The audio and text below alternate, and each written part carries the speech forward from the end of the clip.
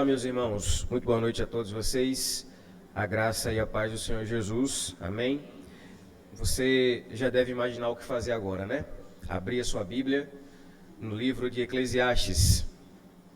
Nós vamos ao sermão 7 dessa série, a primeira temporada de meditações e reflexões na sabedoria sapiencial de Salomão, o grande pregador do Eclesiastes. Estamos nos detendo, mais especificamente, nos primeiros 6 capítulos desse livro, e já estamos hoje chegando ao capítulo 5. E temos visto até aqui a busca incessante de Salomão por buscar significado na vida debaixo do sol.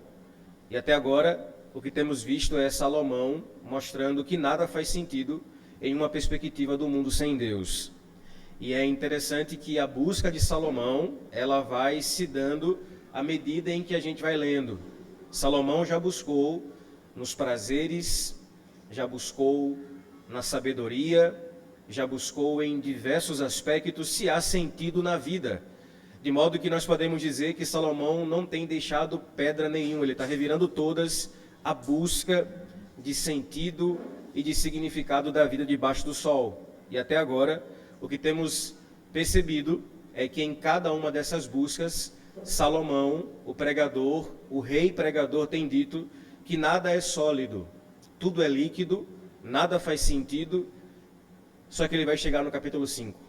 E no capítulo 5, Salomão finalmente encontra algo sólido, algo do qual nos lembra para que nós fomos criados. E essa solidez da qual estou falando é exatamente o culto. Portanto, nós estamos hoje, irmãos, diante de um capítulo especial.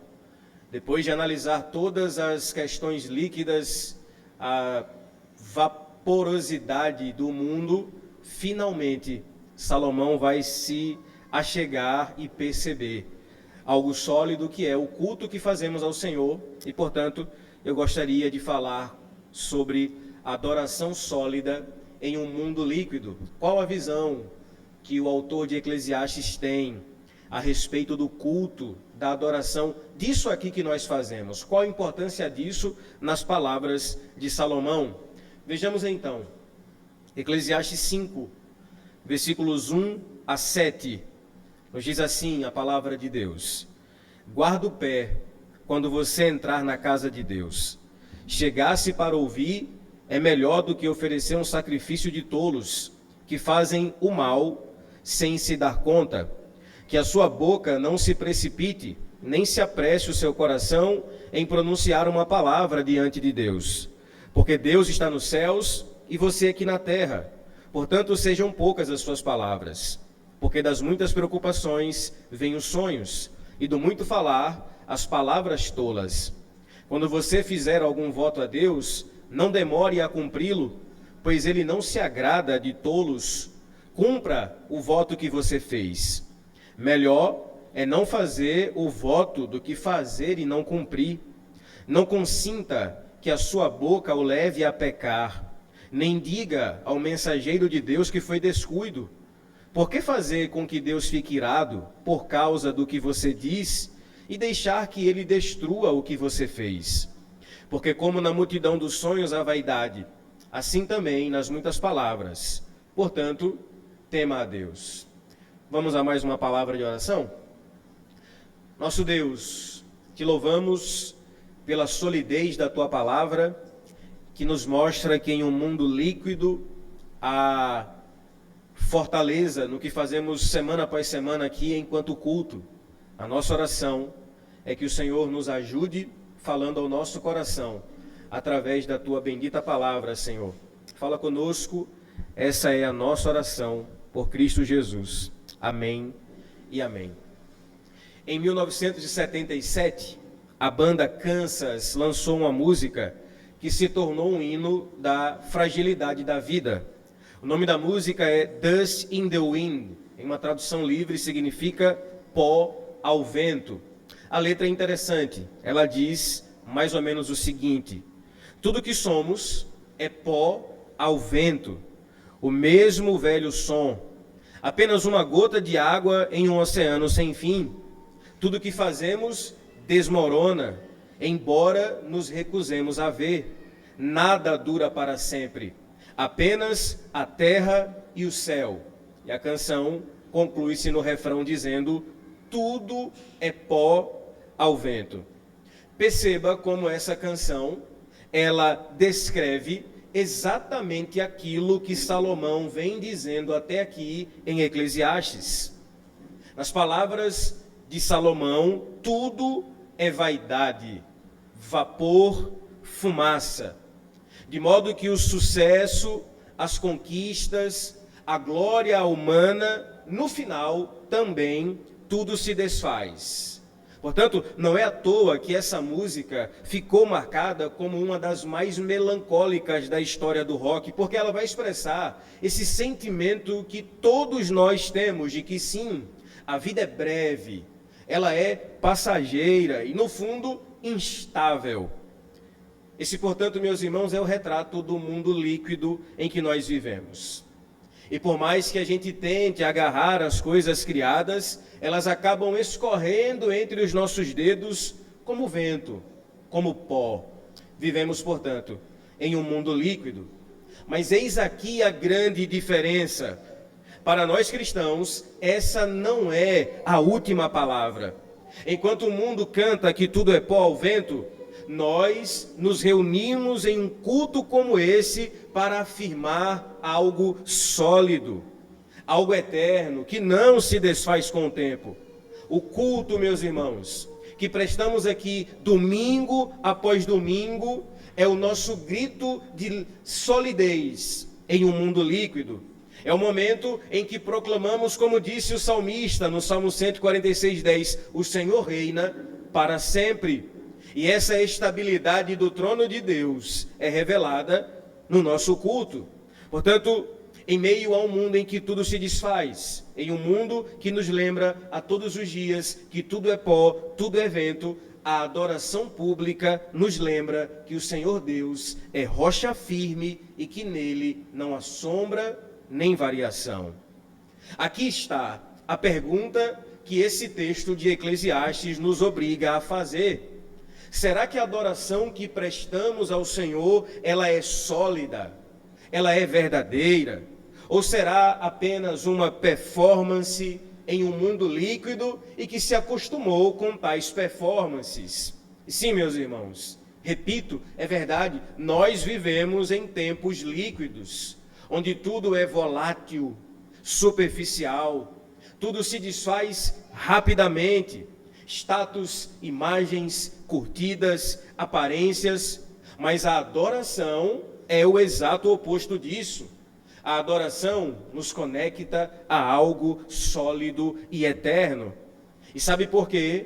Deus nos deu uma adoração semanal e não mensal ou trimestral, anual. Mas o Senhor nos deu uma adoração semanal, domingo a domingo estamos aqui adorando a Deus, porque Ele sabe que nós somos frágeis, Ele sabe que nós somos esquecidos, Ele sabe o quanto nos perdemos na correria, na rotina, no pecado. Por isso, meus irmãos, a cada semana, Ele nos chama de volta para algo firme, o seu povo, a sua palavra, o seu santo evangelho. É aqui, meus irmãos, nesse ambiente de adoração, que nós somos lembrados do que já foi nosso um dia, lá no Éden, de forma plena, a comunhão perfeita com o Senhor. E é aqui também, nesse ambiente de adoração, que somos apontados para o nosso grande e triunfal futuro, quando Cristo restaurar todas as coisas e nós o vermos face a face. É por isso, meus irmãos, que quando chegamos em Eclesiastes 5, do verso 1 ao 7, Correlete, o pregador, nos confronta com uma verdade essencial. Guarde o teu pé quando você entrar na casa de Deus. Porque a adoração, meus irmãos, é algo muito sério. A adoração não é um teatro, não é um palco. A adoração é o encontro do coração humano com o Deus eterno. Como não levar isso a sério? Portanto, querido, quando o assunto é adoração, devemos nos lembrar de algo essencial. Deus leva o culto a sério, e talvez muito mais do que nós imaginamos. Acredite, meu irmão e minha irmã, esse tempo que você passa aqui na presença de Deus é algo extremamente valioso. É de fato o que nós fazemos de mais importantes como igreja. Eu advogo, portanto, no sermão de hoje que a adoração coletiva é, sem dúvida, aquilo que fazemos de mais importante como igreja. E o ponto aqui é direto: Deus leva o culto a sério. Portanto, o culto ao Senhor não deve ser nos nossos moldes, mas nos moldes de Deus. O culto não deve ser nos nossos termos, mas nos termos de Deus. O culto, irmãos, não é sobre o que nós achamos agradável, conveniente, culturalmente aceitável. O culto é sobre o que Deus requer em sua palavra. E olhar para a palavra de Deus é nos lembrar que o próprio Deus deixou de forma repleta no Antigo e Novo Testamento a maneira como ele deseja ser adorado. Lembre-se de Nadab e Abiú, filhos de Arão, sacerdotes recém-consagrados, que no dia inaugural do tabernáculo escolheram trazer um fogo diferente do qual Deus já havia estabelecido. Um fogo estranho perante o Senhor, algo que Deus não havia ordenado. E o que é que aconteceu? O fogo do próprio Deus saiu e consumiu eles ali mesmo naquele ato. Adoração é algo sério.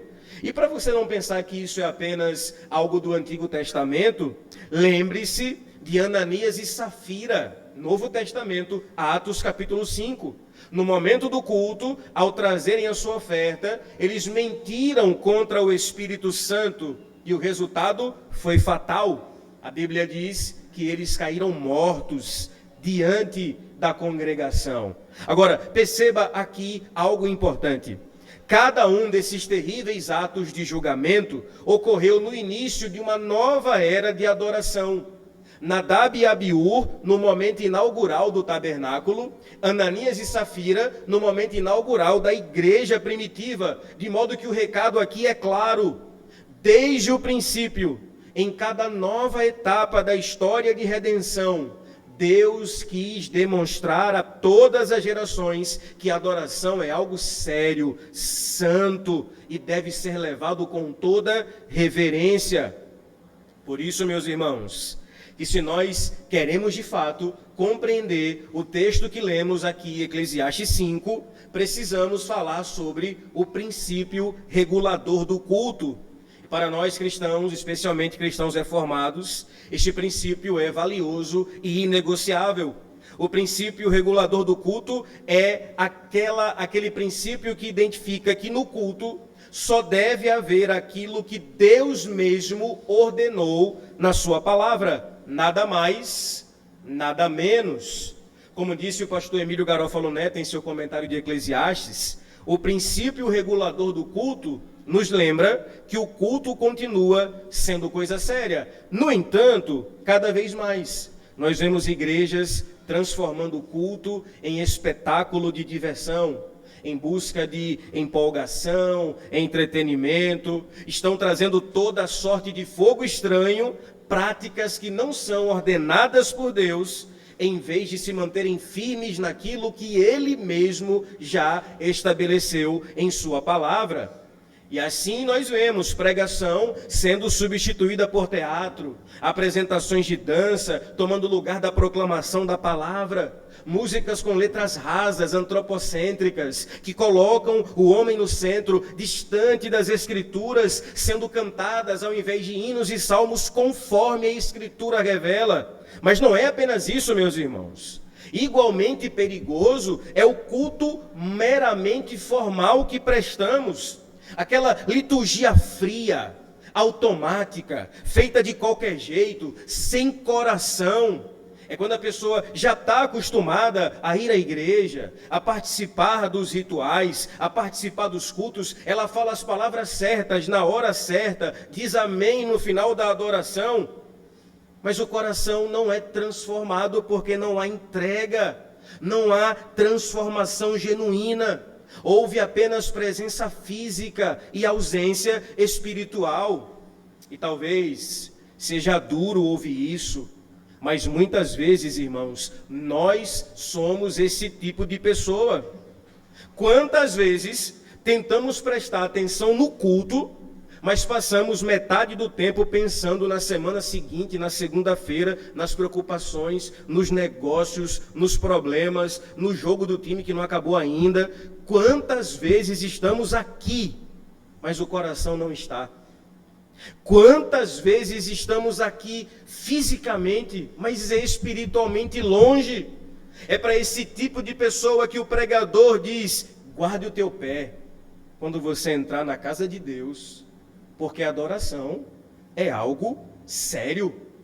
Em outras palavras, cuidado com a maneira com a qual você entra na presença do Senhor. Não entre aqui de qualquer jeito, não entre com desatenção, não entre com irreverência. Esse é o chamado do texto, e é para aí que nos voltamos agora, porque veja, meus irmãos, o que significa guardar o pé quando entrar na casa de Deus?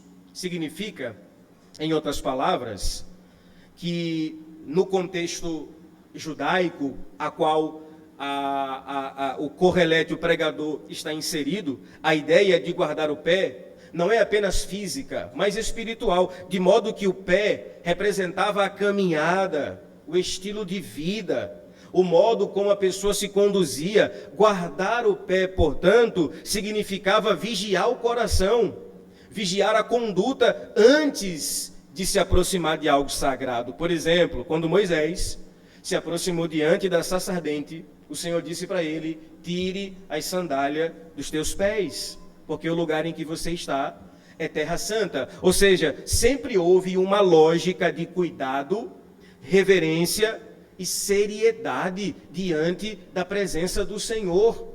Meus irmãos, nós precisamos criar essa consciência.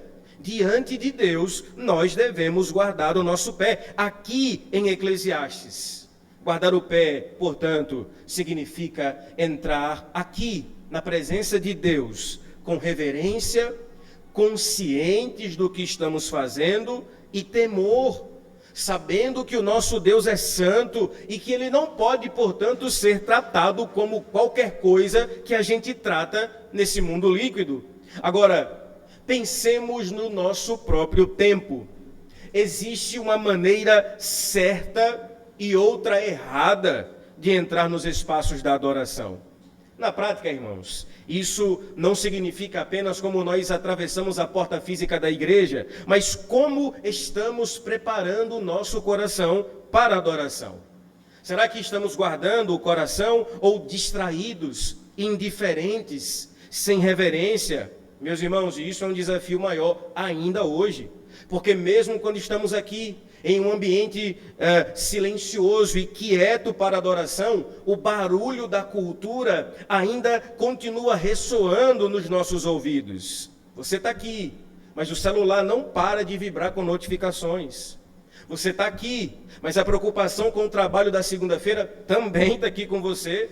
Você está aqui, mas a ansiedade pelas contas a pagar, a comparação das redes sociais, a pressa de quem encara o culto apenas como mais um compromisso da agenda.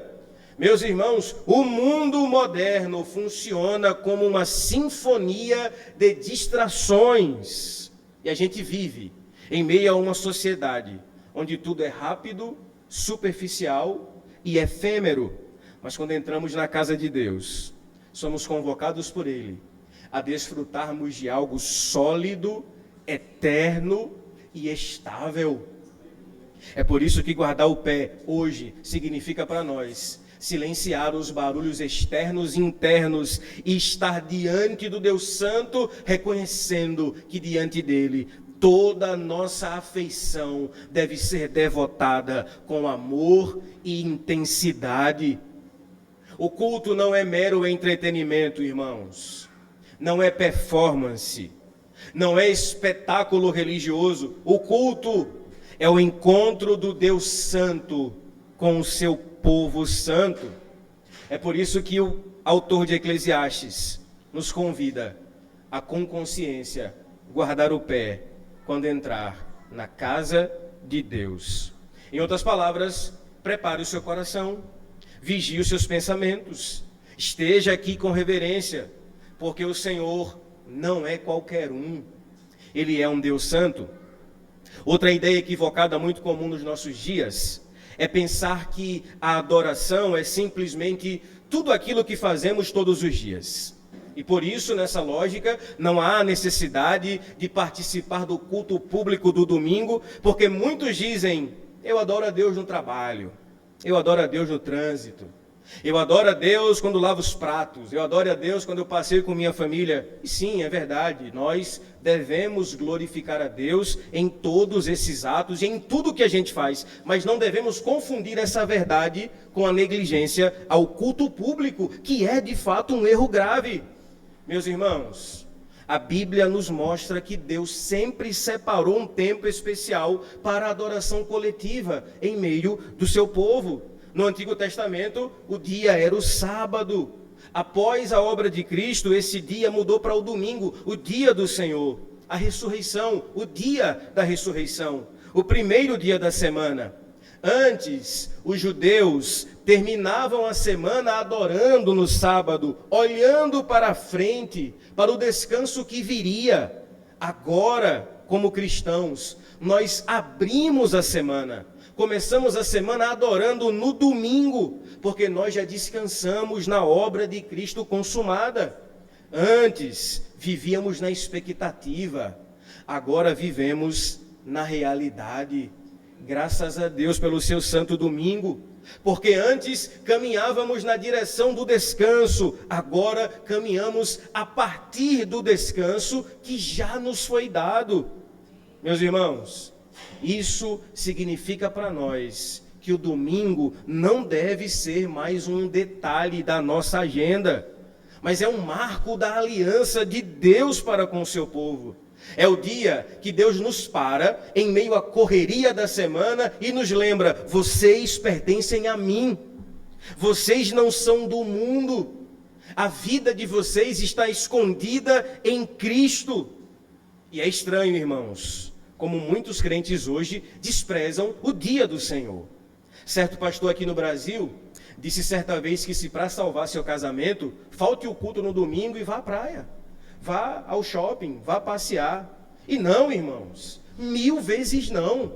Você não salvará a sua casa a nenhum passeio. Você vai salvar a sua família aqui, no culto público, ouvindo a palavra, cantando o canto congregacional, vivendo a vida em comunidade, porque o culto ao Senhor recalibra o nosso coração. E nós não devemos diminuir a capacidade formativa que o culto nos faz. É claro, nós devemos glorificar a Deus todos os dias.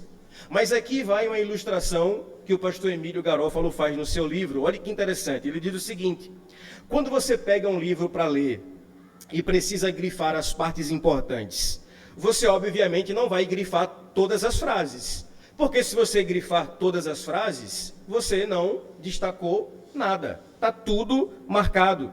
Ele conclui dizendo que o grifo perde o sentido. Portanto, assim também é com os dias. Se todos os dias são iguais e sagrados da mesma forma, então nenhum deles realmente se torna santo. Irmãos, o domingo é o grifo de Deus no calendário. O dia que Ele mesmo destacou para nos lembrar algo sólido e eterno em meio a esse mundo líquido. E para experimentar essa verdade, nós precisamos de formação de hábito. É tal qual começar exercícios na academia. No começo você fica todo quebrado, dá vontade de não voltar mais lá, mas aí você insiste, vira hábito e quando você percebe, você sente falta quando não vai. O domingo funciona assim. Quando você começa a levar o ajuntamento a sério e enxergá-lo com os olhos bíblicos, você formará um hábito espiritual que moldará a sua alma para sempre. Vai chegar o momento que quando você faltar o domingo, você vai sentir muita falta, de modo que não conseguirá mais ficar sem. De tal modo, irmãos, que se você falta ao culto de domingo e não sente falta, há algo muito errado com o seu coração. Esse é o ápice da semana. Isso aqui é o que nós fazemos de mais importante para Deus. Ah, pastor, será que o que eu faço de mais importante não é o evangelismo, não é missões? Não é. Porque só existe missões porque não há adoração. Chegará um momento em que todos os povos irão adorar a Deus. E ainda assim, na eternidade, iremos adorar a Deus. Mas veja, na eternidade não teremos mais missões, porque não haverá mais povos a serem alcançados. Mas ainda continuará tendo adoração. Porque, irmãos, adoração é aquilo que você faz de mais importante para o Senhor. Portanto, meu irmão, minha irmã, não despreze o dia do Senhor. O domingo é o lembrete semanal de que nós somos criados para algo sólido e superior. É o dia que somos arrancados da correria da semana e somos reunidos junto com o povo de Deus para nos lembrar de onde viemos e para onde vamos. Não seja um mestre de desculpas para quebrar o domingo, porque quando a gente vive nessa rotina de dar desculpas para não estar aqui, isso revela muito do nosso coração.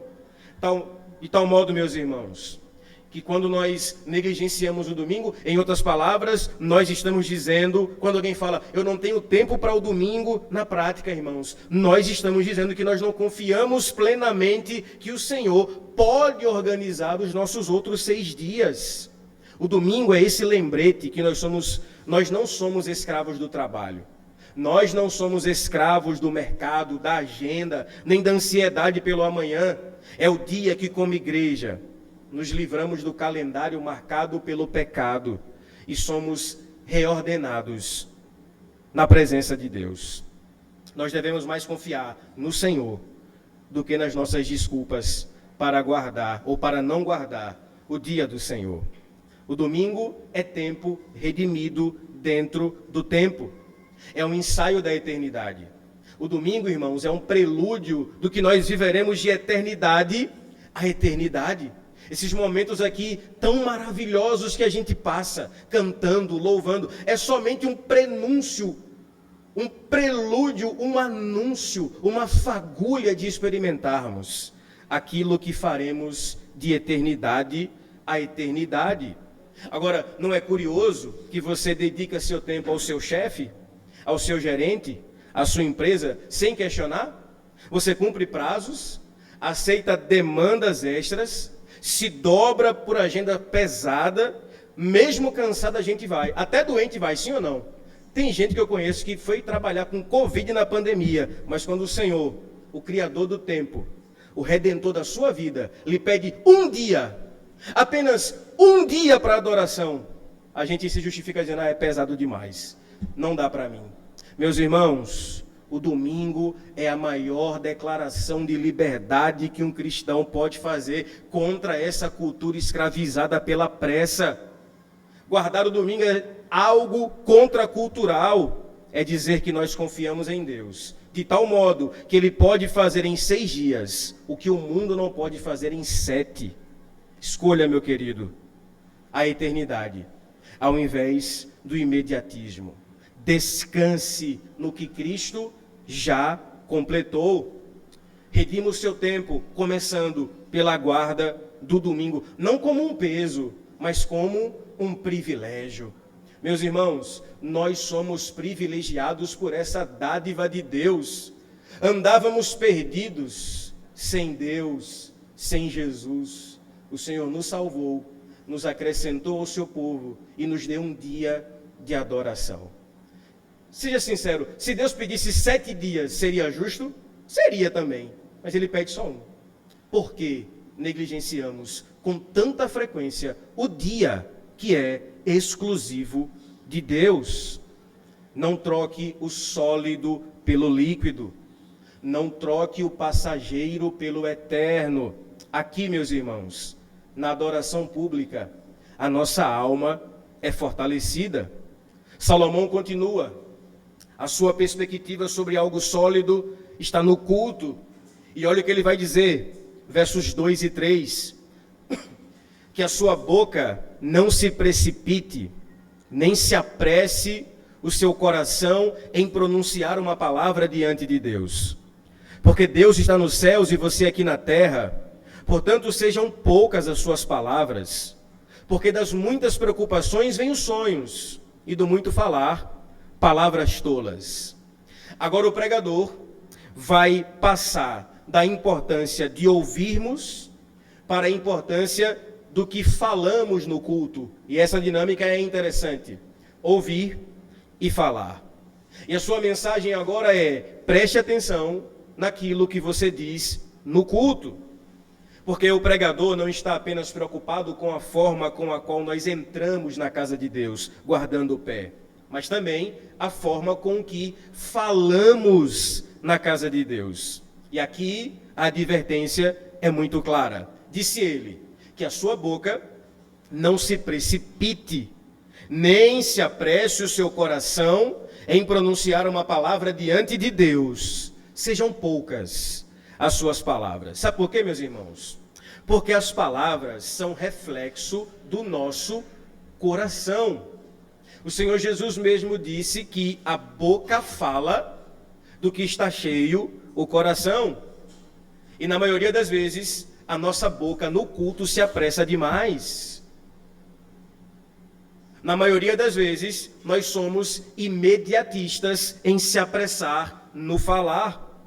Diariamente, contamos mentiras, fazemos comentários rudes, reagimos com raiva, prometemos e não cumprimos. No culto, murmuramos se está muito quente ou muito calor, se o sermão é duro ou se é leve demais, se o louvor canta música agitada ou lenta. A gente constantemente não guarda a nossa boca. E acredite, irmão, sempre que uma boca se abre, ela revela de onde veio.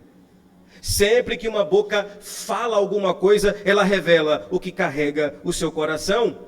E é tão possível sair dela uma palavra do inferno quanto uma palavra do céu. É por isso que o texto nos lembra aqui o lugar onde nós devemos ocupar. Olha o que Salomão disse.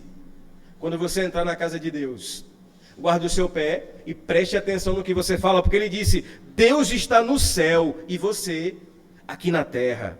Essa é uma frase curta, mas extremamente reveladora, porque ela coloca tudo em perspectiva.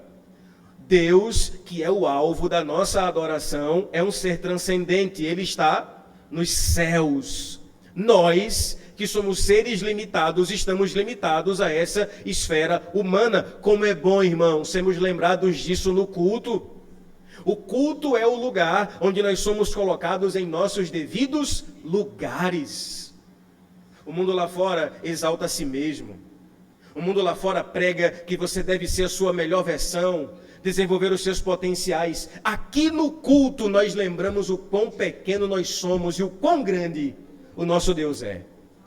De tal modo que o pregador fala: quando você entrar para adorar a Deus, se lembre, Deus está no céu, Deus está em outra dimensão, Deus está em outra realidade, enquanto você, limitado pelo pecado, está aqui na terra. Como é bom, meus irmãos, sermos lembrados de onde Deus está e de onde nós estamos. Nisso aqui, nós precisamos entender que Deus é infinito, nós somos finito, e ainda assim, Ele recebe a nossa adoração. Não pelos nossos méritos, não é porque você é bom, não é porque você canta bem, não é porque você está bem arrumado ou bem arrumada. Ele recebe o nosso culto por causa de Cristo Jesus. Ele é Criador, nós somos pó. Gregório de Nissa, um antigo pai da igreja, disse o seguinte: sabendo como é ampla a diferença entre a natureza de Deus e a nossa, permaneçamos silenciosamente dentro dos nossos limites. Em outras palavras, diante desse Deus, que tenhamos reverência, porque Ele é infinitamente maior do que nós. Nesse ponto, irmãos, chegamos à liturgia como escola da reverência. E me permita lembrá-los da dinâmica do nosso próprio culto. E hoje, como temos alguns irmãos visitantes, é até bom falar sobre isso, porque talvez você olhou para a nossa liturgia e disse: como é que é isso? É um tanto quanto diferente. E a nossa liturgia aqui como igreja local, ela passa por pelo menos 5 movimentos principais: convocação e adoração, confissão de pecados, oração e intercessão, ações de graça e a pregação da palavra. Nós começamos o culto com a convocação à adoração. O dirigente aqui lê o texto bíblico e convida a congregação a adorar, porque veja, primeiro Deus fala, depois nós respondemos. E nessa dinâmica de estímulo e resposta se dá o culto. Deus fala, a igreja responde e todo o culto se dá nessa dinâmica. Deus convidando o seu povo e nós respondendo em adoração. Logo depois dos louvores, dos cânticos, nós vamos ao momento de confissão de pecados. E a lógica é, diante desse Deus tão santo, nós reconhecemos a nossa finitude e, portanto, confessamos as nossas falhas. Logo depois, vamos à oração e intercessão. Pedimos ao Deus que governa todas as coisas, que aceite as nossas petições. Em sequência, em ato contínuo, vamos a ações de graças e ofertório, ou seja, respondemos mais uma vez, agora com gratidão e fidelidade. Por fim, pregação da palavra. Ouvimos Deus falar de forma expositiva pela exposição bíblica. E todos esses movimentos do culto, irmãos, servem para nos lembrar uma verdade: o culto é teocêntrico, ou seja, não gira em torno da nossa experiência, gira em torno da maneira como Deus deseja ser adorado. Porque se fosse por experiência própria, se fosse por gosto, talvez a gente está aqui jogando bola porque eu gosto de futebol, mas não é sobre a minha experiência, não é sobre o que eu gosto, é como Deus ordenou em sua palavra que Ele deseja ser adorado.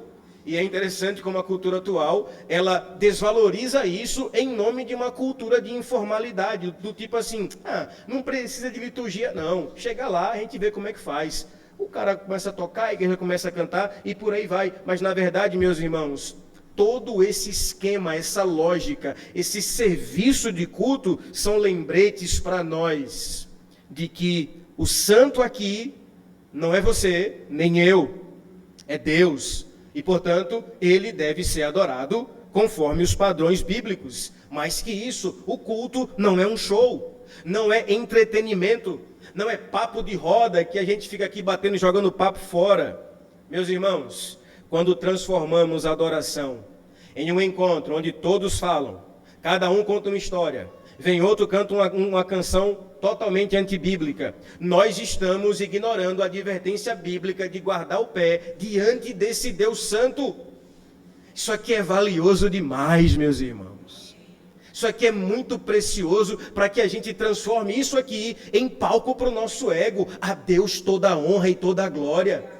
Que Ele seja exaltado em cada um dos aspectos do nosso culto. E isso só será possível quando entendermos a teologia do assombro. E eu não quero lhe assustar, eu quero lhe assombrar.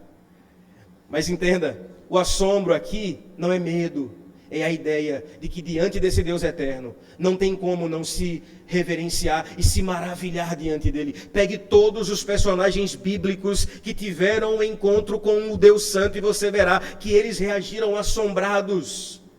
Isaías, diante desse Deus Santo, disse: ai de mim, estou perdido, eu sou um homem de lábios impuros. O apóstolo Pedro, diante de Jesus, quando Jesus fez aquele milagre da pesca maravilhosa, disse: Senhor, afasta-te de mim, porque eu sou pecador. João, no Apocalipse, a Bíblia diz que ele caiu como morto diante desse Deus. Em outras palavras, meus irmãos, esse momento aqui é um momento maravilhoso, onde pessoas como você e eu, pecadores, limitados, se encontram com o Deus eterno. Isso aqui não é banal. Isso aqui é maravilhoso.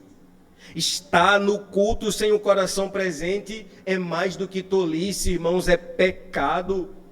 É desperdiçar a grande oportunidade que temos de nos encontrar com algo sólido em um mundo tão líquido.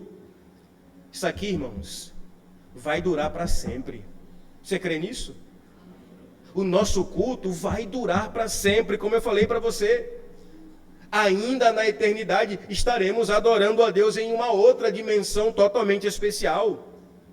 O seu time de futebol que tanto lhe dá raiva, um dia vai acabar. O Flamengo vai acabar em nome de Jesus. Seus negócios que tiram a sua atenção durante o culto vão passar. Até mesmo a sua saúde, seus sonhos, sua juventude, tudo é vaidade, mas a adoração durará para sempre. No céu, meus irmãos, não haverá mais pranto, nem dor, nem missão, mas haverá adoração. Porque a adoração é o que nós temos de mais sólido nesse mundo líquido. Amém, meus irmãos?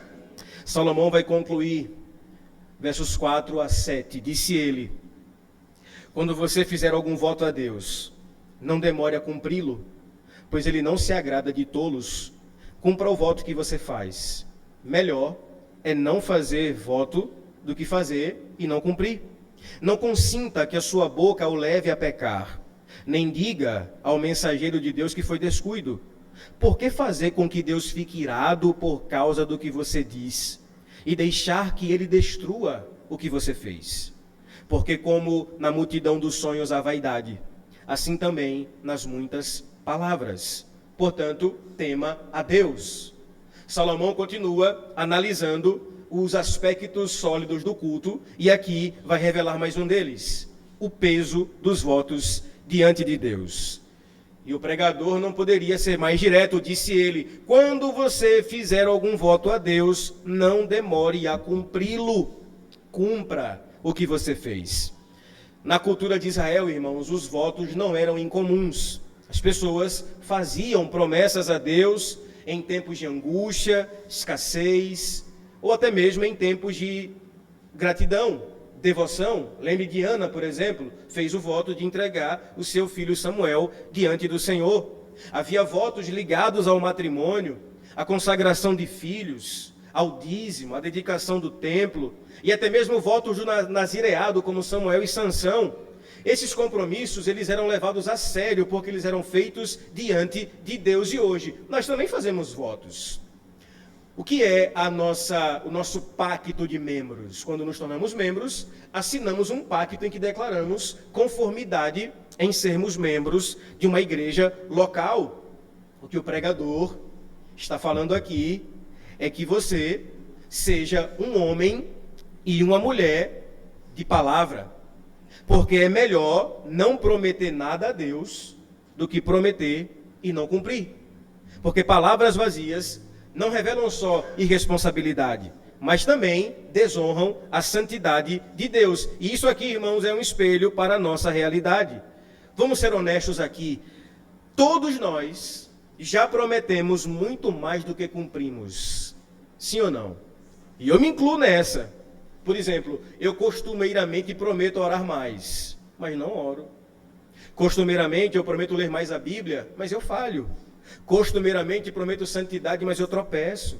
Costumeiramente eu prometo dar 10% do meu dízimo, da minha renda, e também falho nisso. Prometo ser um pai melhor. Você talvez promete ser uma mãe, um filho, uma esposa, e a gente falha. E a verdade, irmãos, é que quando pensamos nos nossos votos, nós temos mais dívidas do que fidelidade. Mas calma, aqui entra a esperança do Evangelho. Porque, irmãos, acredite, a esperança também para quebradores de votos. Em outras palavras, a esperança para maus adoradores. A esperança para aqueles que não conseguem entregar um culto como deveria. E essa esperança se chama Cristo Jesus. Cristo cumpriu toda a justiça de Deus. E acredite, olha que lindo isso aqui, irmãos. Ele não morreu apenas pelos nossos pecados, mas também morreu para viver uma vida de perfeita obediência diante de Deus. Ele cumpriu o que nós não conseguíamos cumprir. Escute bem isso aqui. Jesus ofereceu a adoração perfeita que nós nunca conseguiríamos oferecer. Sabe por quê, irmãos? Porque você e eu somos maus adoradores por excelência. Você e eu entregamos um culto de qualquer forma, e é da nossa natureza.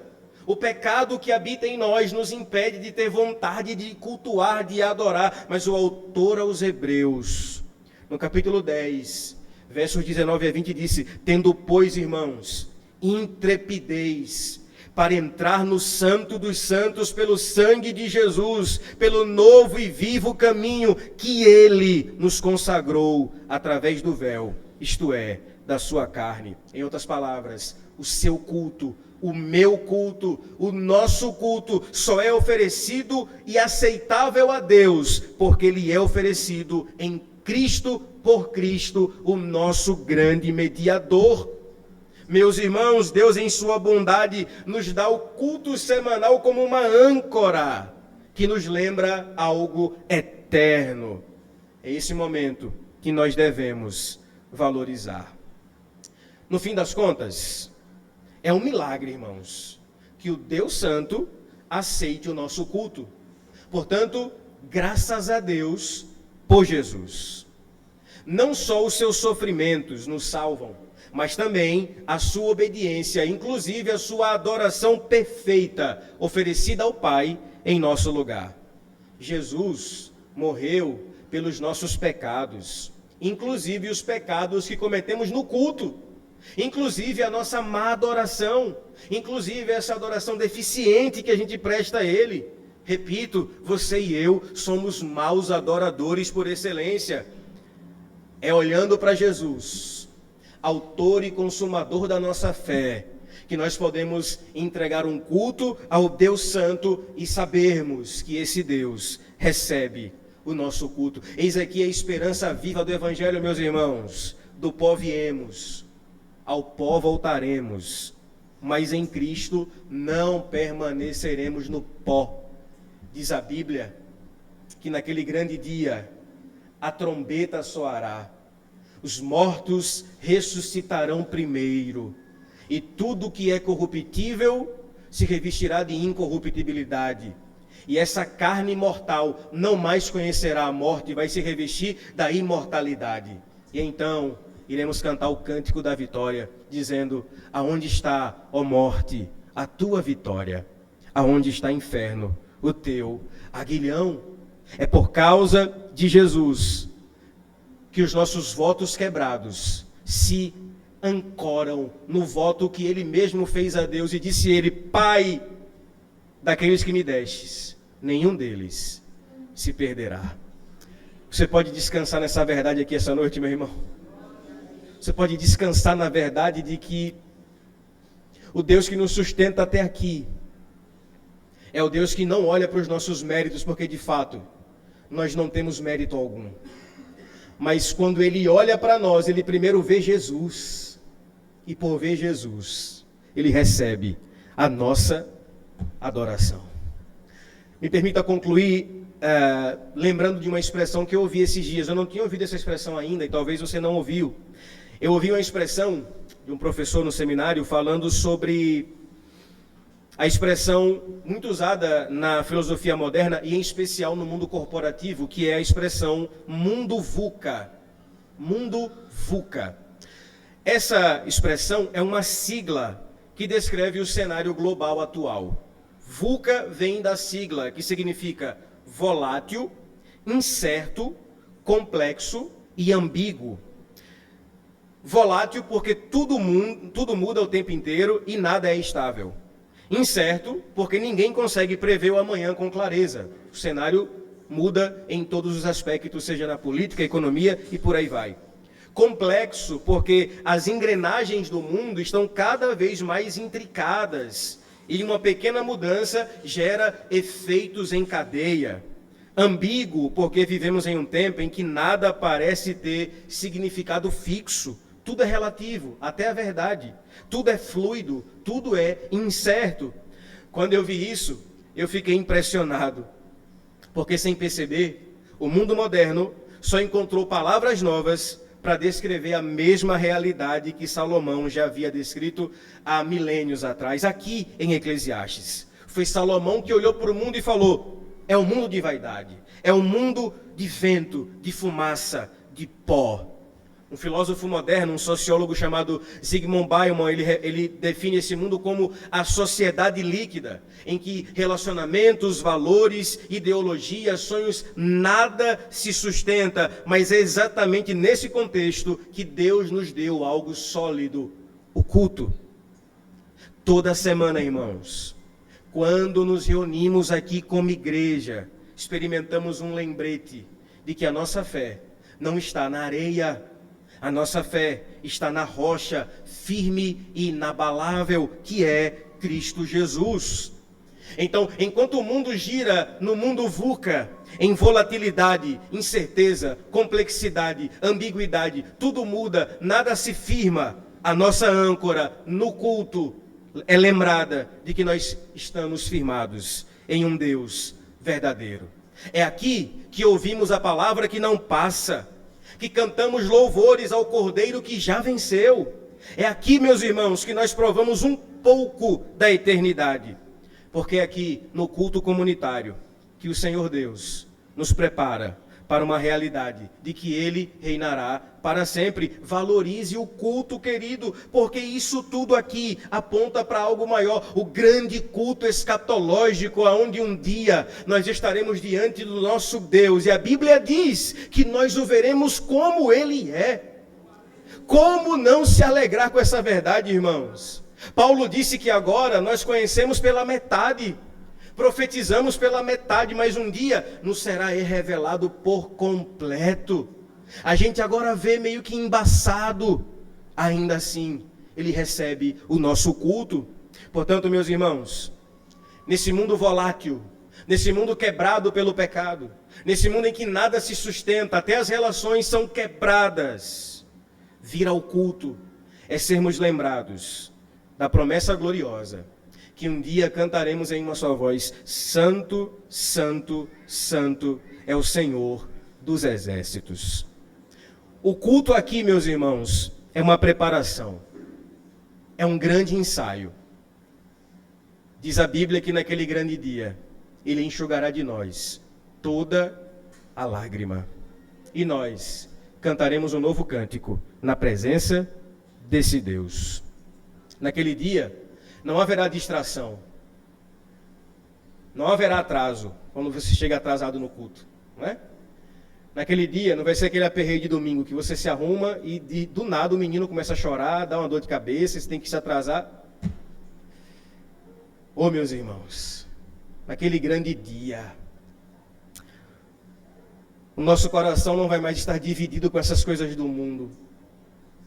Naquele grande dia, naquele culto perfeito, diante do Deus que é sólido e firme, nós estaremos de eternidade a eternidade.